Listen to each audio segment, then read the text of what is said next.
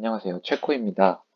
오늘은 10월 11일 코인 최악의 날에 대해 좀 이야기를 나눠보려고 해요. 저는 역사상 최악의 날이라는 말을 붙이고 싶고, 모르시는 분들도 있겠죠? 모르는 게 사실 좋은 겁니다. 모르시는 분들도 있겠지만은, 이제 녹화일 기준 10월 13일인데, 어제 그저께 166만 명이 청산당하고 27조 원 원화로 청산 나온 정말 역사적인 날이 있었습니다. 그러면은 그 폭락 규모에 대해 한번 알아볼게요. 일단 코로나19, 코로나 빔이라고 하죠. 2021년에 그때 당시에 12억 달러 규모의 청산이 있었고, 이제 거래소 해킹으로 인한 FTX 관련 16억 달러 청산이 있었고, 오늘은 이거를 약간 뭐 두세 배도 아니죠. 훨씬 더 상회하는 청산이 일어났습니다. 이게 롱 청산 비율, 쇼 청산 비율이고, 이 오른쪽은 300억짜리 고래 투자자가 영원이 된 그런 리더보드예요.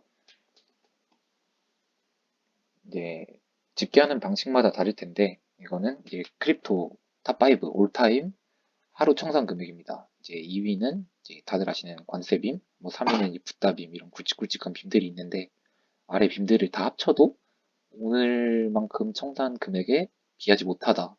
사실 이거는 좀 어느 정도 긍정적인 부분도 있는 게 이제 뭐 이 내린 급락 퍼센트에 따라 다를 수도 있지만 이제 그만큼 코인에 돈이 많이 몰렸다는 거예요. 제도권으로 들어오고.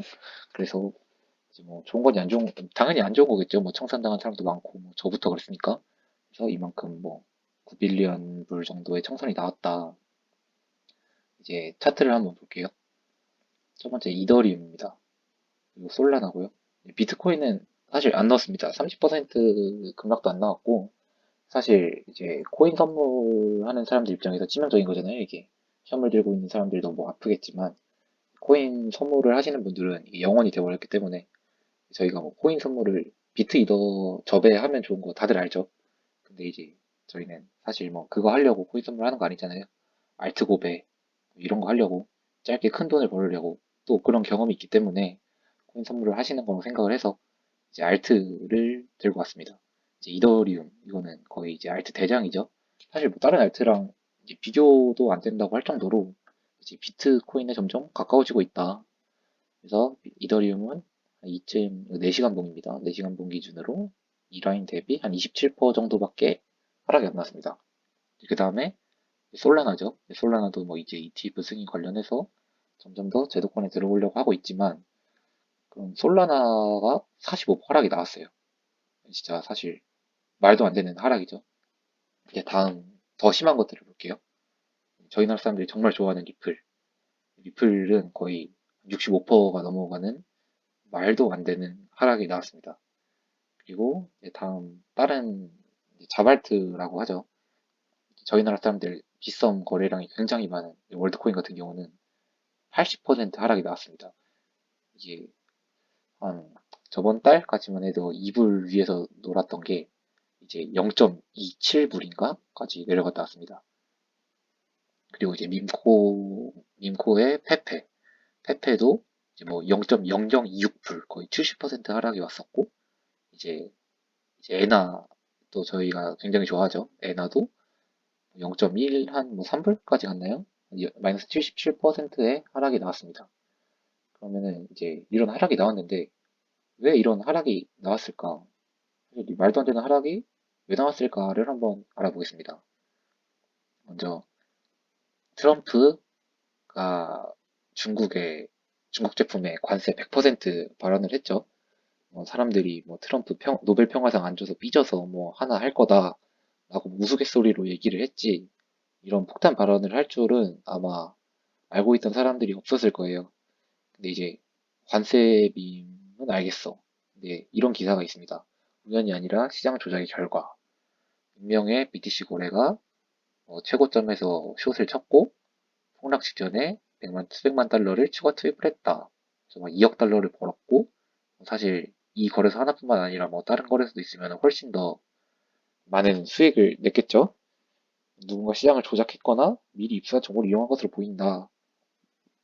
이런 내용도 있고, 오른쪽 사진은 제가 보고 나서 좀 열이 받았는데, 트럼프 가족들, 막내 아들들이 트럼프 발언 1시간 30분 전에 숏을 쳤다, 행복한 주말을 보냈다, 이런 소리를 하고 앉아 있습니다.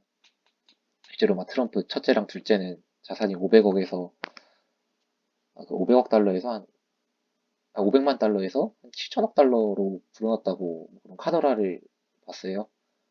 정말 진짜 말도 안 된다. 어떻게, 미국은 이래도 되나요? 그래서 뭐 그런 의문이 있고, 근데 사실 생각을 해보면, 이제 관세 빔이 뭐 하루 이틀이 아니잖아요.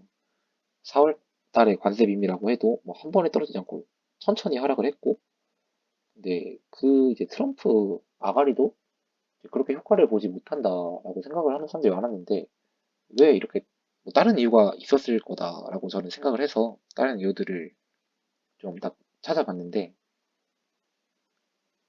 급락 이유가 따로 있다라고 합니다. 역사상 최대 청산 규모가 벌어졌지만 중국 관세 발언 탓으로 돌리고 있다. 이거는 보시다시피 수개월 전부터 예고된 내용으로 지금 시점에 큰 영향을 미치기 보기 어렵다. 사실 근데 이게 당연한 생각이죠. 관세 빔으로 알트들이 마이너스 70%, 80%를 꽂는다? 이거는 좀 말도 안 된다고 생각을 합니다. 진짜 폭락의 원인은 아직 공개되지 않았으며 다음 하락은 훨씬 더 클 수 있다. 이런 의견도 있네요. 그래서 이제 지금 나오는 그 폭락 관세발 말고 다른 이유들을 조금 찾아봤었는데, 이제 디파이 관련해서 이런 폭락이 나왔다는 의견이 있습니다.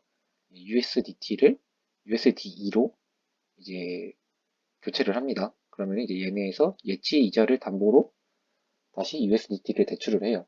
이게 코인 시장에 되게 뭐 고수익, 뭐 레버리지 이런 순환이 있는데, 순환을 하는데, 이제 USD가 1달러 페잉이 된다고 하는 관점에서는 이게 되죠.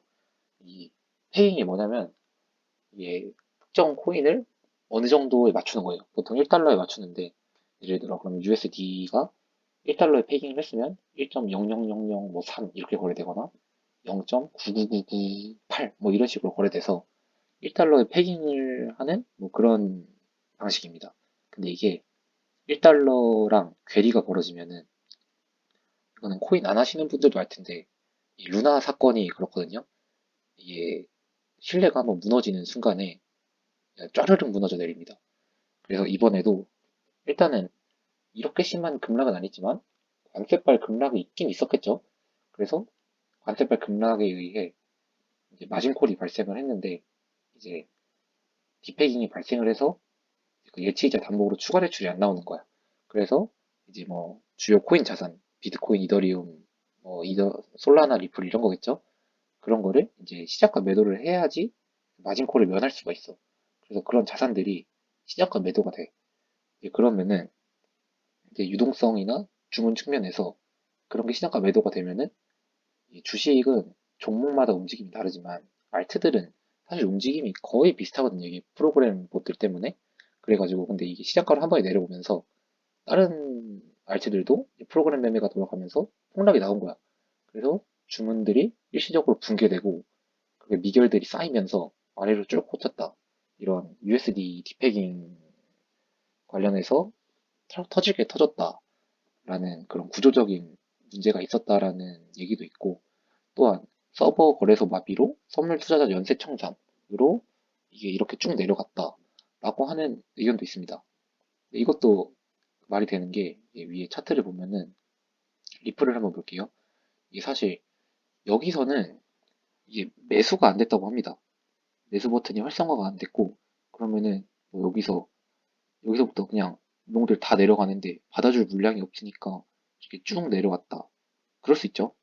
그래서 이거는 실제로 빗썸에 그 바이낸스에서 거래소 마비로 인해 피해를 받은 사람들은 어느 정도 복구를 해주겠다라는 뭐 얘기가 나온 상태입니다. 그래서 뭐 이런 걸로 피해를 보셨으면은 바이낸스에 한번 문의를 해보시면은, 사실 안 될 수도 있겠지만은 어느 정도라도 확률이 있으면 해보는 게 맞죠. 그래서 뭐 이런 얘기도 있고, 아니면 뭐 뒤로 숨은 대형 MM이 파산했다, 거래소가 파산했다라는 이야기도 있습니다. 그래서 사실 관세발로 이렇게 마이너스 7, 80%가 찍힐 건 아닌 것 같고, 뭔가 다른 이유가 있다. 아직 리스크가 남았다. 라는 게 제 생각입니다. 근데 이렇게 사실 저희가 선물하는 입장에서 사실 선물이 뭐 한 몇 배 레버리지를 치려고 하는 게 아니라 뭐 롱도 치고 숏도 칠 수 있으니까 하는 거잖아요. 근데 왜 이번에는 롱 청산이 왜 이렇게 많이 나왔을까? 사람들이 왜 롱을 쳤을까를 한번 생각을 해보겠습니다. 예, 비트코인이랑 알트 대장 이더리움 일봉이에요. 지금까지 어떤 흐름으로 갔냐면 비트코인이 이때 신고가 갱신을 했죠. 그리고 얘네도 이제 상승을 따라오면서 하지만 뭐 아직 이 정도 상승은 아니죠. 비트코인이 고점을 찍고 도미를 뱉으면서 이제 횡보를 합니다. 도미넌스는 이제 총 코인 시장에서 비트코인이 차지하는 비율이에요. 그거를 뱉으면은 비트 도미가 빠진다는 건 사람들이 알트 수급이 올라간다는 거겠죠. 그래서 그 상황에서 이제 알트들이 올라가는 겁니다. 이제 이더리움이 이렇게 오르죠. 그리고 다시 이때 비트가 다시 고점을 찍고 또 하락 횡보를 하면서 뭐 알트들도 이때는 막 그렇게까지 상승은 아니었지만은 조금 더 올라갔네요. 그래서 이제 이번에도 그렇지 않을까라는 생각이 있었습니다. 왜냐면 비트가 이번에 126K를 갔었죠. 126K를 가는 과정에서 힘이 진짜 좋았어. 그래서 여기서 내려왔다. 여기서 막 좋다고 사는 사람도 있었어요. 비트코인 막 130K 간다. 한 이쯤이겠죠. 그래서 충분히 갈만을 했어요. 그리고 이제 도미를 뱉으면서 횡보하면은 알트들이 오를 거다 하면서 이제 알트를 사는 사람들도 있었죠. 그리고 뭐 이게 뭐 헤드앤숄더라고 왼쪽 어깨, 머리, 오른쪽 어깨 한 다음에 쭉 내려간다 막 그런 게 있는데 사실 이거 오른쪽 어깨가 머리보다 높죠? 헤드앤숄더도 아니에요. 그래서 사람들이 여기서 롱이 굉장히 많았을 것이다. 그래가지고 숏 대비 롱 포지션이 많았고 그 롱 포지션이 다 연쇄 청산이 되면서 이렇게 긴 알꼬리가 나오지 않았을까라고 저는 생각을 합니다. 이게 여기가 아직 폭락이 나오기 전이에요. 15분 봉인데 단타 치는 사람들은 사실 여기서 샀으면은 고베롱들은 이 하락도 못 버텨요, 사실은. 그래서 여기서 터진 사람들도 많을 거야. 네, 여기서 터진 사람들은 뭐 아쉬울 거 없겠죠. 여기 갔다가 이렇게 내려갔으니까. 그래서 뭐 사실 뭐 이런 데서 산 사람도 많을 거예요. 저희가 뭐 두세 배 치려고 선물하는 거 아니잖아요. 두세 배 하려면 뭐 나스닥 ETF를 샀지. 그래서 이 좀 레버리지 땡긴 사람들이 뭐 빗각을 그어가지고 뭐 여기 아래 왔다 줄만한 자리다 하면 살 수도 있고 돌파하겠다 살 수도 있고 근데 이제 뭐 다음 15분봉 때 어떻게 됩니까? 뭔 의미가 있습니까? 이렇게 떨어지는데 이거는 사고라고 생각을 해요. 이거는 뭐 대응을 할 수도 없고 정말 많은 사람들이 많은 돈을 저 또한 그렇고 잃지 않았을까 싶은데 사실 이거는 뭐 개인마다 매매법이 다 다를 건데 어떤 매매법도 다 털리는 자리라고 생각을 해요. 여기 스탑로스를 걸었어. 뭐 이만큼 스탑 터졌을 거고. 확실히 지금 4시간 여기 이 봉 하나하나가 지금 파멸적인 봉이에요. 그래서 뭐 여기가 진짜 많이 떨어져서 여기서 샀다. 죽었을 거고. 그리고 이게 한국 시간으로 새벽 6시였어요. 그러면은 이쯤부터 잤을 거야. 잘 때 선물하는 사람들 뭐 어떤 식으로 하냐. 무 포지션을 못 견디는 사람이 되게 많거든요. 저도 그렇고. 그래서 자기 전에 약간 세팅을 해놔요. 막 한 마이너스 5%쯤에 시드 한 10%, 마이너스 한 10%쯤에 한 시드 20%, 마이너스 한 20%쯤에 시드 50% 이러면서 뭐 하나라도 걸리면 좋다라고 하면서 일어나면서 짜릿하게 바이너스를 킵니다. 이런 사람들도 다 죽었죠, 그냥. 뭐 그냥 이거는 리플은 한 60, 한 8% 하락이 있었어가지고 그냥 2배 롱도 레버리지 관련은 싹 죽였습니다. 그래서 이런 아무런 의미가 없고 대응도 의미가 없는 장이죠. 여기서 시드 10%로 샀어. 시드 10%로 10배를 샀어. 풀시드 1배율이죠. 계속 청산 직전에 물 타다가 결국에는 죽어요. 그래서 이거는 진짜 힘든 차트였다. 생각을 이렇게 뭉개졌고 그리고 폭락 당시 1분봉입니다. 사실 이제 여기서는 이제 여기가 한 1.1 몇 불 왔을 때예요, 리플이. 여기서는 매수가 안 됐다고 합니다. 뭐 이쯤부터 됐겠죠. 근데 여기서 어떻게 사요? 여기서 뭐 다시 내려갈 길이 뭐 충분히 있고, 저는 이때 아캄이라는 코인을 거래하고 있었는데, 제가 0.4 몇 불일 때 보다가 이때 0.11불까지 떨어졌습니다. 저는 이제 상패당하는 줄 알았어요. 진짜 그때는 진짜 공포여가지고 못 삽니다. 근데 이렇게 바로 쭉 말아 올리죠. 쭉 말아 올립니다. 근데 이때도 이거 봉 하나하나가 한 2, 3%는 될 거예요. 여기에 레버리지를 끼고 어떻게 사? 이때 샀으면은 그래도 좀 많이 먹었겠죠? 이런, 아니, 사실 근데 저는 여기서 이만큼 잃고 나서 여기서 또 들어간다? 그거는 못할 거고, 못한 게 맞다고 생각을 합니다. 여기에. 그래서 어느 정도 말아 올려서 지금 10월 13일 기준으로 정말 많이 말아 올렸어요. 리플은 한 2.5불, 이더리움도 4,100불, 비트도 114K를 갔고요. 그래서 지금 이렇게 말아 올려주는 추세가 계속 된다면은 그래도 다행이라고 생각을 합니다. 그럼 이제 이후에 어떻게 될까를 봐야 되는데 이렇게 근데 긴 아랫꼬리가 나온 적은 없어요. 근데 올해 1월 리플 차트를 가져왔는데 아랫꼬리가 나왔죠. 여기도 정말 많이 내려갔습니다. 그래서 일단은 이만큼을 다 올려줬어. 여기까지 왔어야 되죠. 1대1 맞추려면은. 근데 아직 그 정도 회복은 못했고 이게 진짜 무서운 게 이 올리고 횡보를 하다가 또 추가 하락이 있었습니다. 두 번. 한 4분의 2, 4시간 본 기준 한 4분의 3 지점에 두 번 닿았어요. 그래서 추가 하락을 좀 염두해야 되지 않을까. 굉장히 싼 가격이긴 해도 뭐 그렇게 보고 이거는 이제 주봉입니다.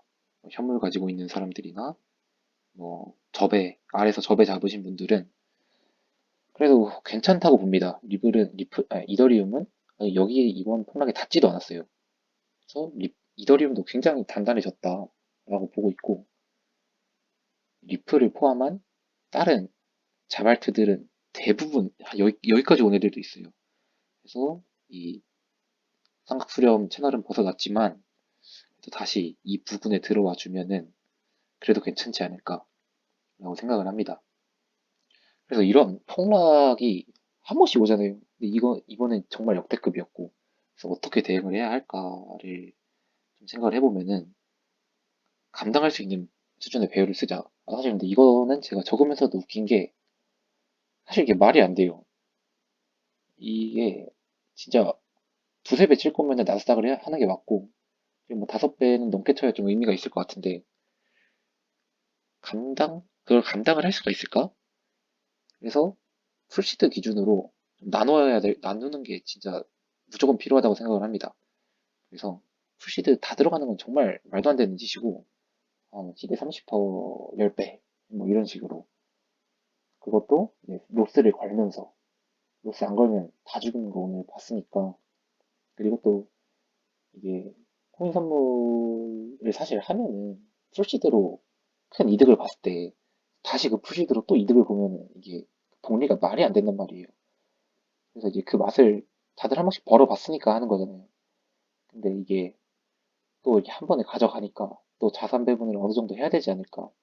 코스피도 잘 오르고 나스닥도 뭐 조정을 받았죠. 지수는 3%, 뭐 개별주는 10만권 10%까지도 빠지고 막 그랬던데 그래도 청산은 아니잖아요. 자산 배분을 어느 정도 해야 되겠다. 사실 추구만 돈은 안 죽으니까 추금해서 현금화도 괜찮고 저도 추구만 돈은 살아 있으니까 자산 배분도 꼭 필요하고 이 스탑로스를 자기가 포지션 진입할 때 들어갔던 거를 저는 가끔 취소를 합니다. 제가 계속 보고 있으면. 왜냐면은 거기보다 위에서 손절하면은 그만큼이라도 이득이니까. 근데 그냥 사실 생각해보면은 처음에 진입할 때 봤던 스탑로스가 가장 싸게 손절을 하는 거더라고요. 스탑로스도 굉장히 좀 타이트하게 쓰자. 그리고 휴식입니다.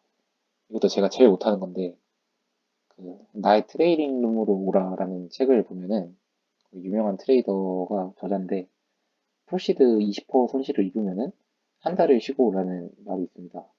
이게 그래서 휴식이 되게 중요하다고 휴식 동안은 차트도 보지 말라고 합니다. 근데 이제 저희는 익절이건 손절이건 때리면 바로 다음 포지션 잡고 싶어 하죠. 제가 막 차트 움직이는 거 다 알 수 있을 것 같고. 근데 이 휴식도 굉장히 중요하다라는 거를 이번에 좀 깨닫고 좀 쉬다 와야 되지 않을까. 또 문화체육도 좀 하고. 그래도, 그래도 막 나쁘진 않다라고 생각을 합니다. 세일러도 믿음을 멈추지 마세요. 라는 글을 쓰면서 또 사고 있죠. 그리고 이제 뭐 JP 모건도 코인 관련해서 뭘 한다고 하고, 그리고 많이 말아 올렸잖아요, 오늘. 뭐 추가 하락 있기 전에 기술적 반등일 수 있지만, 또 많이 올렸으니까, 그래도 다시 또 도전을 해야죠. 저희가 잃은 돈 다시 메꾸러 가야죠. 대신 좀 더 전략을 잘 짜고, 이런 큰 하락을 대응할 수 있는 그런 정신을 가지고 파이팅 했으면 좋겠습니다. 그래서 10월 11일 코인 안 하는 사람들은 몰랐을 수도 있는 이런 대하락이 있었고, 많은 피해를 본 사람도 있고, 쇼친 사람들 정말 축하드립니다. 진짜 부러워요. 그리고 저점 잡은 사람들도 정말 축하드립니다. 쭉 끌고 가셔서 수익을 내면은, 그것도 진짜 부러울 것 같아요.